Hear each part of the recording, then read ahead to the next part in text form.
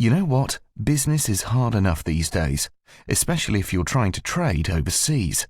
Just making the sale is difficult, but what about shipping the goods? It can be a real headache, especially if you're using a letter of credit.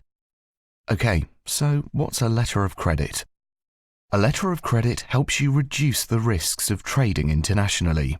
It provides a guarantee of payment from a bank on behalf of a buyer. However, the buyer does not have to make payment until you have presented the documents to the bank, showing that you've shipped the goods and complied with all conditions set out in the letter of credit. Letters of credit. Letters of credit are effective in mitigating the commercial and financial risks associated with trading internationally and are beneficial to both sellers and buyers. A letter of credit provides a guarantee of payment from a bank on behalf of a buyer, subject to conditions being met by the seller.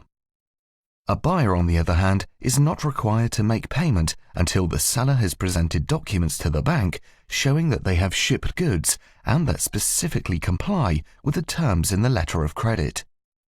This is normally issued by the buyer's own bank, known as the issuing bank, and advised through a bank in your own country. Phase 1. Issuance of a letter of credit. How does it work? Firstly, the buyer and seller enter into a sales contract and agree to use a letter of credit as the payment instrument. Secondly, the buyer applies to their bank with which they have a credit facility for a letter of credit to be issued in favour of the seller. Thirdly, the issuing bank issues and transmits the letter of credit to the advising bank. The advising bank is usually located in the same country as the seller. And fourthly, the advising bank authenticates whether the letter of credit has been issued by the issuing bank and provides a copy of the letter of credit to the beneficiary. Phase 2. Presentation of documents and payment. How does it work? Firstly, the beneficiary ships the goods and prepares the documents as required in the letter of credit. Secondly, the beneficiary presents documents stipulated in the letter of credit to the nominated bank for examination against the terms of the letter of credit. Thirdly, the nominated bank examines the documents for compliance with the terms and conditions of the letter of credit.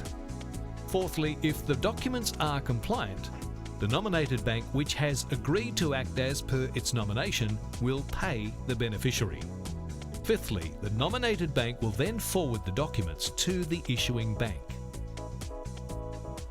The issuing bank will examine these documents for compliance with the terms and conditions of the letter of credit. If the documents are compliant, the issuing bank will debit the applicant's account and pay the nominated bank.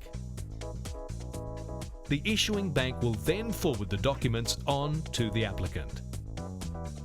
It is important to note that payment by the nominated bank and the issuing bank is based on examination of documents alone. In a letter of credit transaction, payment by banks is not linked to the status of the underlying goods or shipment.